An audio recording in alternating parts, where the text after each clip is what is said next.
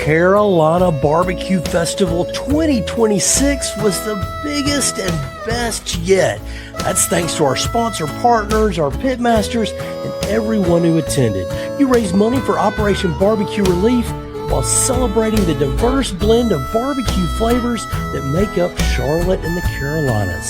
Special thanks to our partners who helped bring the heat to the Queen City, including Charlotte's Got a Lot, Texas Pete, Coca-Cola, Ben E. Keith, Kingsford, Inland Foods, Ryobi, U.S. Foods, Turtle Box, Good Stock by Nolan Ryan, Smithfield, Certified Angus Beef, Fun Outdoor Living, and Truliant Federal Credit Union. For more details on our regional brands and partners, please visit CarolinaBBQFest.org and stay tuned for details about our upcoming fall pig picking and our 2027 barbecue festival. All that coming soon.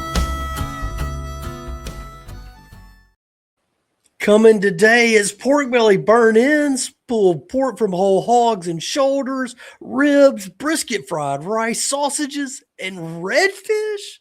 Wow, what a weekend of barbecue in uptown Charlotte. Our friends Lewis, Sweet Lou Donald, Aaron Hunter, and the Let's Meet Charlotte team, and a whole bunch of volunteers, pitmasters, and people, they all turned up for 5 straight years of Carolina Barbecue Festival and have created an unbeatable barbecue event for the South. Thank you so much for giving the Queen City another crown jewel and the Carolinas another fantastic festival focused on raising money for a great cause, Operation Barbecue Relief. Today, we're kind of basking in the afterglow of the festival, if you couldn't tell, and we're going to talk about it, the best bites, the experience, and all the great barbecue people that we connected with over the weekend. I'm Chigger Willard. You're listening to the Low and Slow Barbecue Show, and I was so fortunate to meet and talk with almost every pitmaster on the scene for the weekend, Friday and Saturday. I was so fortunate to spend 2 days sampling the best barbecue bites from almost 30 pitmasters collected all together in Charlotte's Uptown, Charlotte's Victoria Yards. So please be sure and visit the Low and Slow Barbecue Show Instagram page. We've got videos, and many of the pitmasters and pictures of their great barbecue bites are all there. You'll also find videos on our Low and Slow Barbecue Show YouTube page.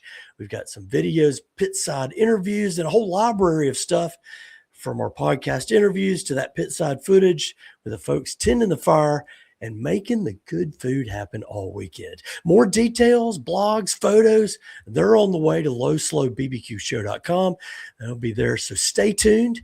And you can subscribe to the free Low and Slow Barbecue Show newsletter. We'll deliver links to the freshest content, barbecue news, and event details right in your email inbox. And just find the newsletter sign up at lowslowbbqshow.com. On to the festival. I'll get to the best barbecue bites in just a moment. But first, I want to talk about the overall experience of the 2 days. The kickoff Friday night in Uptown Charlotte is always a great start. It's fun to be in Uptown as the sun's setting and the fires in the building start to light up into the night. It's also a nice time to be around some of the featured pitmasters that are all part of Saturday's event. Most of them are kind of off duty on Friday, out mingling among the guests with their families, and they seem to welcome greetings and conversations there as the festival's kind of warming up. Other of those pitmasters are already starting to get their barbecue cooking going. I kind of like to sneak behind the cooking spaces during the evening and catch a glimpse of all those big rigs, the Grillzilla that the Operation Barbecue Relief team hauls around. And of course, everybody's got their TMG Pits getting set up out there. I happened to catch County Smokes Ken Hess.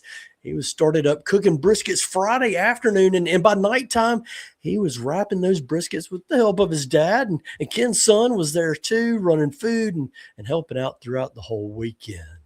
While we talk about family, a lot of the pitmasters have their kids out at the festivals. Friday night, some of the younger ones took on the mechanical bull. That's right. They were up there riding it in a big padded kind of ring. And I will confess, I was strongly tempted to test the bull, but wisdom prevailed, thank goodness. Otherwise, I might have spent the weekend in the hospital, not at the barbecue festival. Some of the bigger kids, they're working.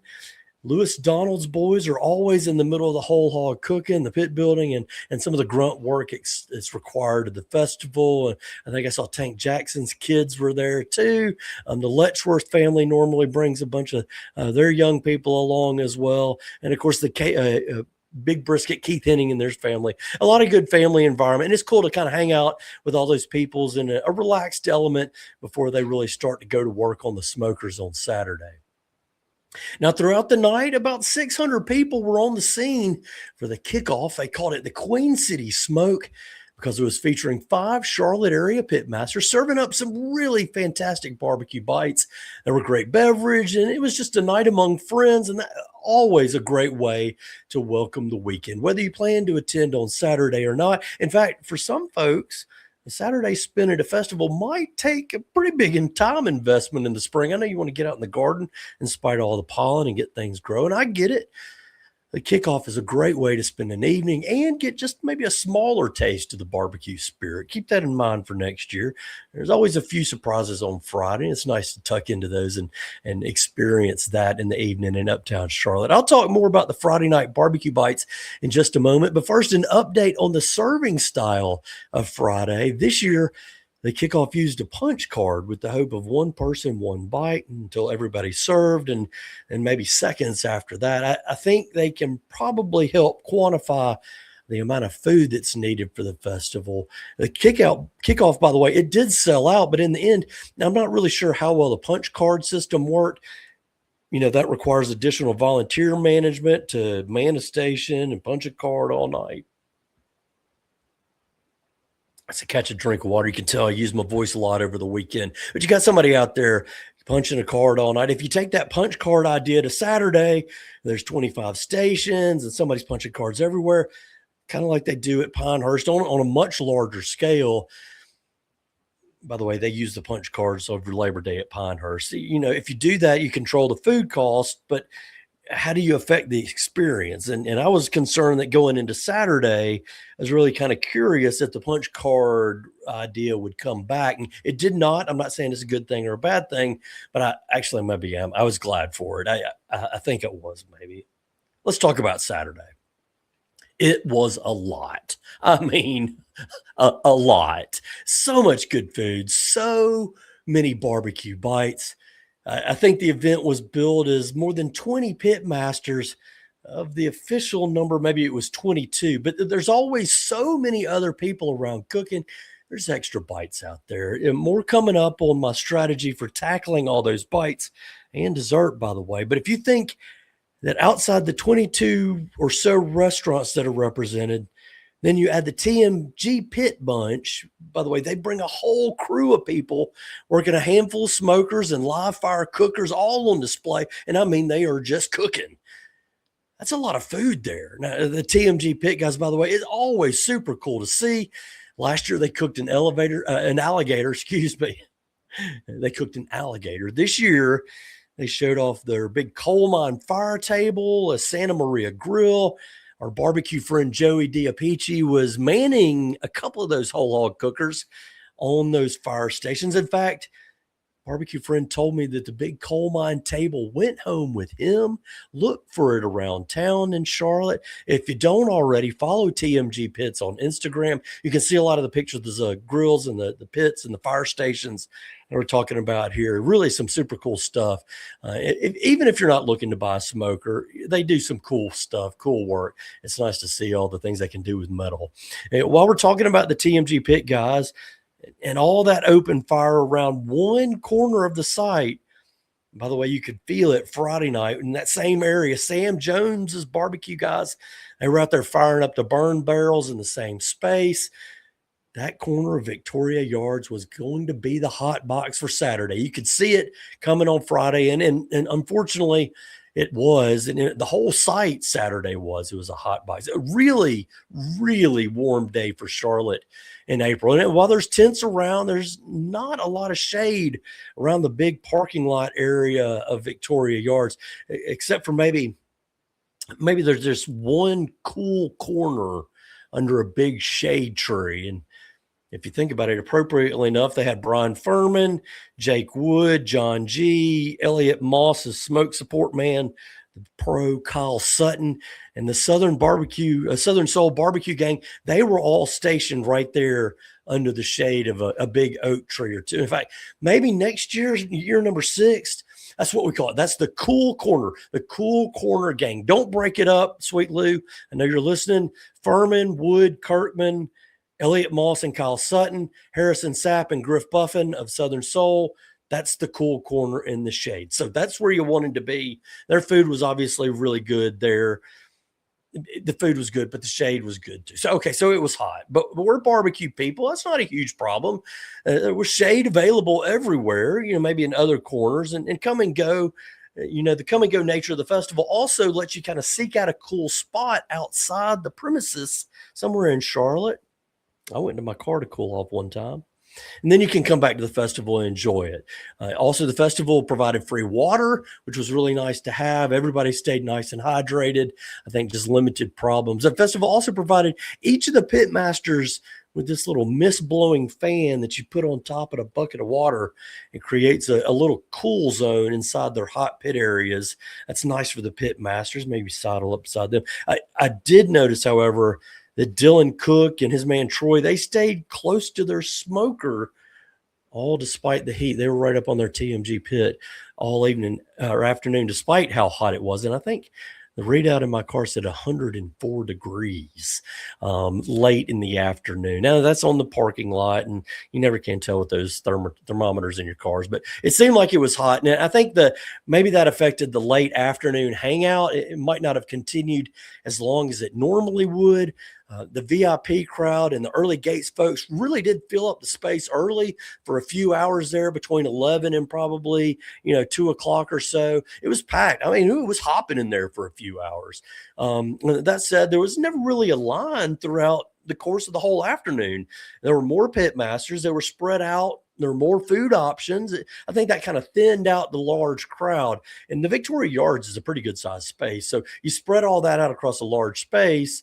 It offered a lot of food for people that maybe hit their favorites first and limited the rest of their bites. Again, 22 bites, you may not get everywhere. So again, I think that explained why maybe the lines weren't there as they have been in the past. So that's a good thing. You can always tell that the barbecue festival folks are improving their strategy and their process for doing this all along. Speaking of strategy, there's a strategy for eating all of this stuff too, or again, most of it. It takes that strategy to even eat most of it. And I'll admit, I didn't eat at every tent. I did get to most. So here's my strategy. You start light, maybe think about fish, pace yourself, maybe think about dessert. Save the heaviest, that beef and cheddar and the pimp link from Old Colony Smoke. I saved those for last. Oh my gosh. Master Blend Family Farms had an entire sweet potato with pork in it. That's a lot. Save it for the end of the show. And I did, and I'm glad I did. Save those things to the last. You can hit your favorite bites first, or dessert as many times as you want to early. I recommend that. Or you might want to go to what you think might be most popular. Like I said, that most popular tent's usually John G and his beef ribs. This year, Garen switched it up. He brought the brisket fried rice. It was just as popular, but it served a lot faster. The line moved more. There were more options. John G, mind you, is still working just as hard slinging that rice back there on the flat top, but it kept the food moving through pretty quickly. So, now that we're talking about eating and getting all the food in this, let's go ahead and get to the best barbecue bites of the festival, and I've got a few of them. These are based largely on my own personal preference, but talking to the folks around the festival and my friends, the barbecue family, other pit masters, maybe other patrons who are there, there were some fairly consensus picks, and believe it or not, they largely align with what I was kind of thinking as I came away from 2 nights of the festival. So I'm going to serve them up in no particular order. I want to remind you, this episode of the Low and Slow Barbecue Show is sponsored by the Carolina Barbecue Festival. The festival's success this year and every year comes thanks to our volunteers and our pit masters and, of course, our partners. They bring the heat to the Queen City. Those partners include Charlotte's Got a Lot, Texas Pete, Coca-Cola, Ben E. Keith, Kingsford, Inland Foods, Ryobi, U.S. Foods, Turtle Box, Good Stock by Nolan Ryan, Smithfield, Certified Angus Beef had a big black cow, as they always do, the big inflatable cow from Certified Angus Beef, greeting you. And Fun Outdoor Living and True Reliant Federal Credit Union. Thank you to all those partners. For more details on other sponsoring regional brands and partners, visit the CarolinaBBQFest.org. Stay tuned there as well for details about the upcoming fall pig picking. There's going to be a 2027 barbecue festival just before you know it. And the fall pig picking will be here soon too. There's other stuff coming as well. We'll share all that with you. You can find it at CarolinaBBQFest.org. Now, speaking of, the first of our favorite bites, they came Friday night. 5 pitmasters from Charlotte, Midwood, Max, Union Barbecue, Barbecue King, and the Improper Pig. They were good. I mean, they were all good. When they're all good, you got to think about multiple factors. And for me, a lot of times that's ease of use. How much am I likely to spill it down the front of my shirt? That goes along with the flavor and all those other things. With that in mind, Midwood's bite was the best in my mind. Had a few other people tell me that too. My man Matt Berry really delivered double smoked burnt end street tacos with tallow chimichurri and pickled red onions. Man, the chimichurri really put it over the top, and so did the ease of use. Maybe a little bit easier than Max Speed Shop's brisket tostada. Really good for Max, but it was that chip. I couldn't handle it well. I'm a big baby. I'm going to spill on myself, and I don't like to. Other bites in that lineup, again, they were all really good, but Midwood kind of stood out above the rest. Also want to give a special shout out to my man Holden Sasser. His Union barbecue pickles, the sweet pickled cucumbers, also got some attention. I enjoyed them quite a bit. Heard some other people talk about, wow, those pickles were really something, and they were. So moving on to Saturday, and again, in no particular order, and out of 22, 3 plus the TMG Pits guys, there's hard to pick a singularly best bite. Out of 5 at the kickoff, maybe I can pick a best bite. Maybe Midwood was the best there by a whisker. But out of 20 different folks, it's going to be too hard to pick. So I just want to list off some of my favorite Saturday bites, starting with the pork belly burnt ends from Fort Grove Barbecue. They had this sweet Thai chili glaze, some crispy little onions, and a cowboy candy, the candied jalapenos, all there on top. Man, it was a perfect cook on those burnt ends, nice and firm.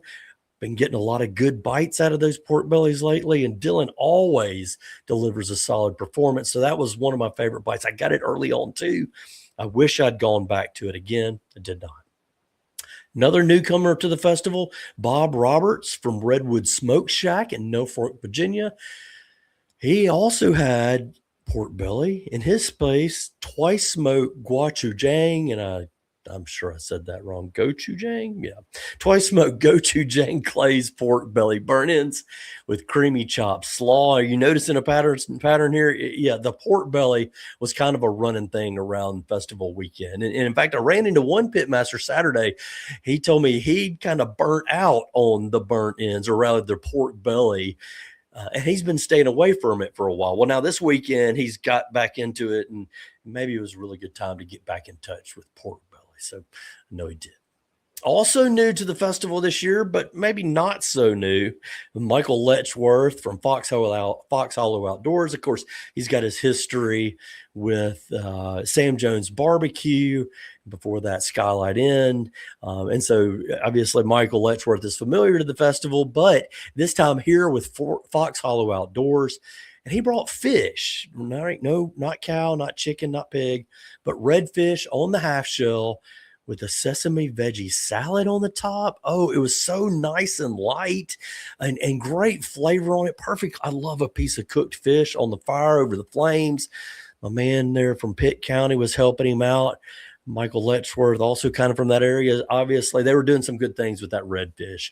And it was a good way. One of the early bites for me in the festival. It was one of those light early bites I got a chance to taste. I also got a chance to meet Michael's young son, Larkin. If you follow Michael on his Instagram page, you'll see Larkin up there quite a bit, and for good reason. They make a great team together. I talked to Larkin, as I do some of the pitmasters. This was off camera, but I asked him, Larkin, what are you looking most forward to? And Larkin was most looking forward to selling something. He was manning the merch tent for Dad and Fox Hollow Outdoors, and he was looking forward to selling something. Came back around later in the afternoon. My man was out there slinging it, selling everything he could, and doing a good job with, oh, by the way, you wanted to get one of these too? Yeah, nice job, Larkin. So he's on the sell. Great to see Michael, and really enjoyed his bite out there. Of course, at the festival, I always love County Smoke and his brisket pastrami and the fire and ice pickles. I always love Lexington barbecue and Sam Jones. Again, John G's brisket fried rice was great. But if I'm keeping the best barbecue bites list short among the familiars, Brian Furman's ribs are always on it. He brings a peach mustard sauce. You eat a rib like Brian Furman's. It's not fall off the bone. It's firm. It's got a crispy outside. It's tender and juicy in the middle. A little bit of that sauce. Doesn't need it, but a little bit of that sauce. Really good. Always love Brian's ribs. And he outdid himself once again this year. So always on the best of list for me. And by the way, he says he's the only pitmaster to be at all 5 festivals for the Carolina Barbecue Festival. So he's the OG, original OG. Ron Simmons said he was providing hogs the first year, but Furman, the first pitmaster, or going all the way back to among being the first, only pitmaster there for 5 years. Moving on. As long as Furman brings ribs, I'm going to eat them. And as long as Ben Hooper brings moon pie banana pudding, I'm always going to eat it and probably include it in my favorites list. And yes, it was my second bite of the day. And maybe I did go back for a couple of bites, but it's really good.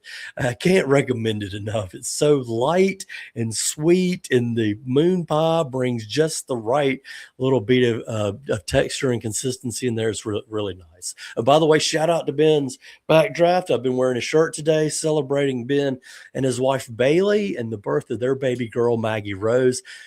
Ben says on his Instagram page, they barely got the festival in before the little lady decided to come on along, I guess, Sunday. So congratulations to the Hooper family and Ben's Backdraft Barbecue on the birth of their new child. Congratulations to Jake Wood as well. Maybe not such as big congratulations, but Jake's had one of my favorite bites at the barbecue festival, as he does usually. He brought the smoked party wings with beef fat caramel, and you could choose the ancho honey, and I chose one of each, but for me, the beef fat caramel was great. And I mean, Jake can cook a wing. It had a great smoke flavor on it. It was nice and done, but not dry. The glaze it had, and it came with like a little pepperoncini pepper. Oh man, it was so good. Again, Jake and Furman and John G over in the corner of the shade. I might have stayed a little too long and worn out my welcome eating their food over there. Eric Pickles Tennessee live fire pork steak with hot mustard barbecue glaze, also really good. So is Adam Hughes's pimp leek sandwich. Saved that towards the end of the day. A jalapeno cheddar sausage with pickled red onion. Hold the pimento. Again, end of the day, I was starting to get full. Both of those really, really good. But I got to pick a final favorite pick, and it's going to go to Anthony DiBernardo's beef and cheddar sandwich. It's just like you might think of as that fast food restaurant with the beef and cheddar, only probably 10 times better. So Anthony from Swig and Swan Barbecue has a chuck roll sliced thin with melted jalapeno, pimento cheese, pickled red onion on a soft onion roll. And I got to confess, I was interviewing Anthony at the very beginning of the festival, and I wasn't ready to eat that big bite, but he handed it to me while I'm filming, and you can't not eat it. And so I did. And I wish I'd made it back around for another one, but I never did. Really nice bite. The pimento cheese at that part of the day was really good for me. There was a lot of pimento cheese around the festival this weekend too. I tried to avoid it, and maybe I didn't try to avoid it, but I leaned a little bit away from it. I mentioned Matthew Register. He had something similar going on at his, and he had a good bright bite. And Cray was standing in for him, and him and the Southern Smoke team always do a really nice job. Again, not one of my favorite bites. The pork tenderloin was really, really good. You can't pick. I mean, you can't pick and choose these things. Somebody's got to be the winner there. And sorry, but he also had it was a tomato gravy, I guess, is what was on Matthew Register's, which was a nice gravy bite right in there with some tenderloin. Okay, so maybe it was on my best list. register back into it because I felt guilty thinking about how good that bite was for me. So I mentioned I made it to Furman's and Jake's a couple more times. Good stuff. And not to disparage anybody else, I haven't mentioned all the bites were good. Every single one I had were good. These are just the ones that stood out at favorite. What do you think? You like my picks? Yes, no? Tell me about it. Send your votes to me in my unofficial poll. Not going to report it anywhere. Just want to know. Email me your favorite bites to Low and Slow Barbecue Show, all spelled out, at gmail.com. Low and Slow Barbecue Show at gmail.com. Tell me what you enjoyed, or maybe you want to email me an upcoming barbecue event and you know about, or your favorite recipe, or maybe you know somebody who would be a good guest on the podcast. Email me, Low and Slow Barbecue Show at gmail.com. I enjoyed meeting a bunch of our followers during the festival. Thanks for saying hello. I enjoyed passing out some stickers to folks, and it was great to make some new friends at the festival too. Appreciate you. If this is your first time listening, or if it's your 100th episode listening, I think we're over 110 now, or 11. Here's an invitation, maybe your 100th 11 invitation, to visit our website, lowslowbbqshow.com. You'll find our blog, barbecue news, there's festival and event details. You can also sign up for our weekly newsletter. We deliver the latest Carolina barbecue news and schedules, fundraisers, all that good stuff to your email inbox on Tuesday. Sign up for the newsletter today, lowslowbbqshow.com. To our audience, again, who greeted us at the festival, thank you. To our audience today, thank you for listening to the Low and Slow Barbecue Show. If you like what you hear, please share our podcast with your food-loving friends, and be sure to give us a 5-star rating on your favorite string. Don't forget, you can find pictures and videos from all the big barbecue events exclusively on our Instagram page. Just find Low and Slow Barbecue Show. You'll see a lot of great stuff from the Carolina Barbecue Festival, the kickoff, even from the barbecue brunch a little bit earlier in the spring. There's pit side interviews. Beware, there's barbecue eye candy, and you'll want to go get some barbecue. Well, that's not such a bad thing. Check it out. Instagram page, Low and Slow Barbecue Show. The Low and Slow Barbecue Show would not be possible without the Mesh.tv network of podcasts and our producer, Andrew Moose. We appreciate the support on this and every episode, which I'm always proud to host for you every week. I'm Chigger Willard for the Low and Slow Barbecue Show, reminding you that for the best barbecue and the best barbecue podcast, keep it low and slow.